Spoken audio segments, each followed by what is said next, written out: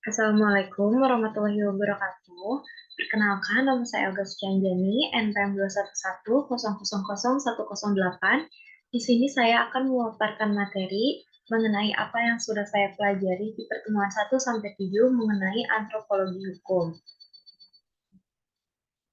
Yang pertama, ada apa itu antropologi hukum? Antropologi secara umum adalah ilmu yang mempelajari manusia dalam segala aspeknya, baik fisik, sosial, budaya, maupun perilaku. Ini mencakup pemahaman tentang asal-usul manusia, perkembangan sosial dan budaya, variasi budaya di antara masyarakat, serta bagaimana manusia berinteraksi dengan lingkungannya. Selanjutnya ada perkembangan dari antropologi. Perkembangan antropologi hukum telah mengalami evolusi yang signifikan sepanjang sejarahnya.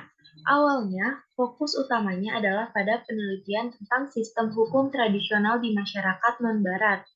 Namun, seiring berjalannya waktu, bidang ini telah berkembang menjadi memperhatikan berbagai aspek hukum dalam konteks global yang semakin kompleks.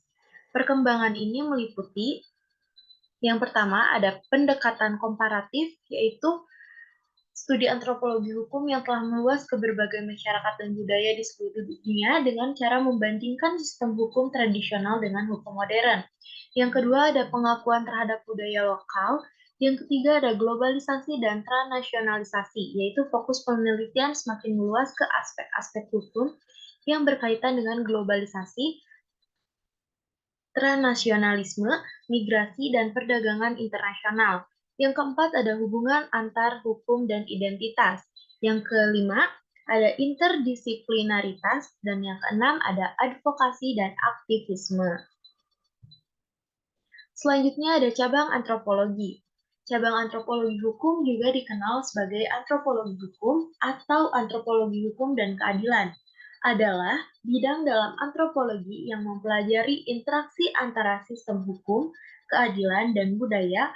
Fokusnya adalah pada bagaimana sistem hukum dipengaruhi oleh budaya, serta bagaimana sistem hukum mempengaruhi dan diterapkan dalam masyarakat yang berbeda secara budaya. Yang pertama, ada sistem hukum tradisional.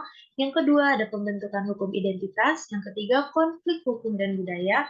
Yang keempat, keadilan sosial dan budaya. Dan yang kelima, ada antropologi, forensik, dan keadilan.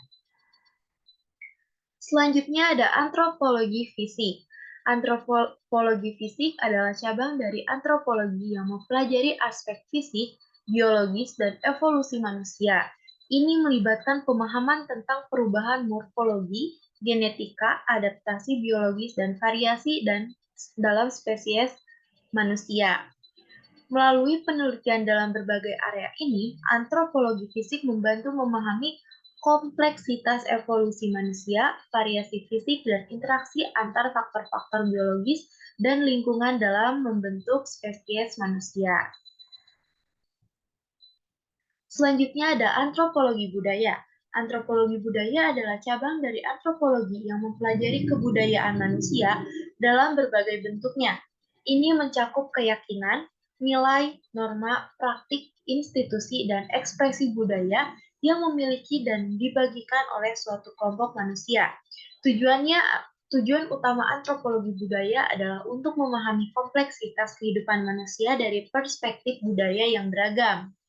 Melalui pendekatan ini, antropologi budaya membantu mengungkap dan menganalisis keragaman budaya manusia di seluruh dunia, serta memahami bagaimana budaya memengaruhi kehidupan sehari-hari, pemikiran, dan tindakan individu dan kelompok. Nah, di sini ada hubungan antar kebudayaan individu dan masyarakat.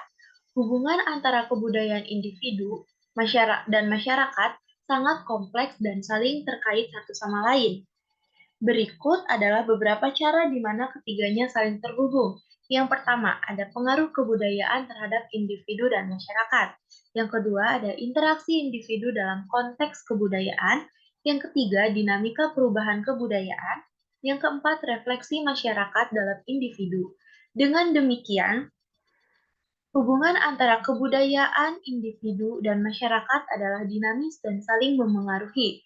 Mereka membentuk landasan bagi pemahaman tentang bagaimana budaya membentuk dan dipengaruhi oleh individu dan masyarakat dalam konteks yang terus berubah.